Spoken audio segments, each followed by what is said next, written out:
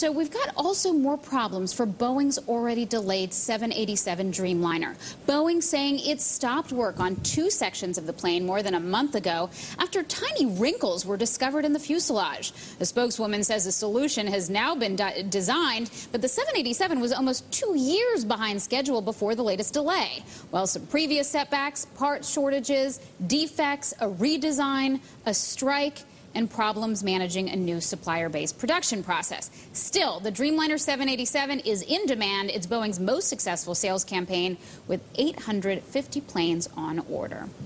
Alex Hamilton, Director of Research at Jessup and Lamont Securities, has a hold rating on Boeing. Now, he joins us now to discuss if Boeing will ever get this plane right. Another delay. What is this? How significant is this? It makes my life interesting at the very least. Will they get the plane right? I think they will. You know, Boeing, exceptional engineers.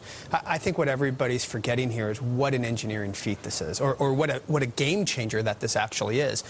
Not only on the engineering aspect, but the way that they're changing the production of the aircraft in the sense that they're outsourcing everything. I'm very confident that they'll get the engineering right and that they will fix it and get the plane out. So if they do, when could we see a flight? Well, you know, they have indefinitely delayed it, which I actually think is the right PR campaign. I've been talking months to investors saying, look, the problem is they keep setting the bar and they keep having issues, and then the stock sells off like it's selling off today. If I were them, I would just keep my mouth shut. I'll believe it when I see it fly. You know, looking at the numbers, looking at what we think the fixes are, I don't think that this is an event that's going to happen until 2010. And there are issues about Boeing's credibility, leaks that maybe the problems are worse than they've said. So what does this say about the management? That's a great question. What does this say about the management? You know, I would hope to say they don't get concerned over these rumors, that they're concerned on building the aircraft. And technically that is what they should be concerned about. And the one thing I can say is anytime that there's a problem, and every time I talk to management, safety is the first priority.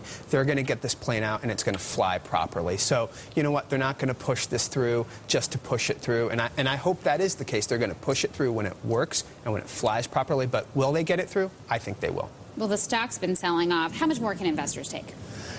You know, I'm a little shocked at the reaction today. I would argue that the stock sort of got ahead of itself. If we look at the stock itself, and this sort of explains my hold rating, we have two end markets that are under pressure. We have commercial aerospace in itself. We have a secular downturn. You know, the question is how much of the order books are going to get canceled, right? And then on the defense side, obviously, we have defense budgets rolling down. So that's why I've been a hold on it. I'm a little shocked. I would argue that a lot of this is baked in. I would almost take the other stance. If we get some visibility as to when this thing is going to roll out, maybe it is time to buy the stock. So do you think this changes the investing thematic? No, I don't.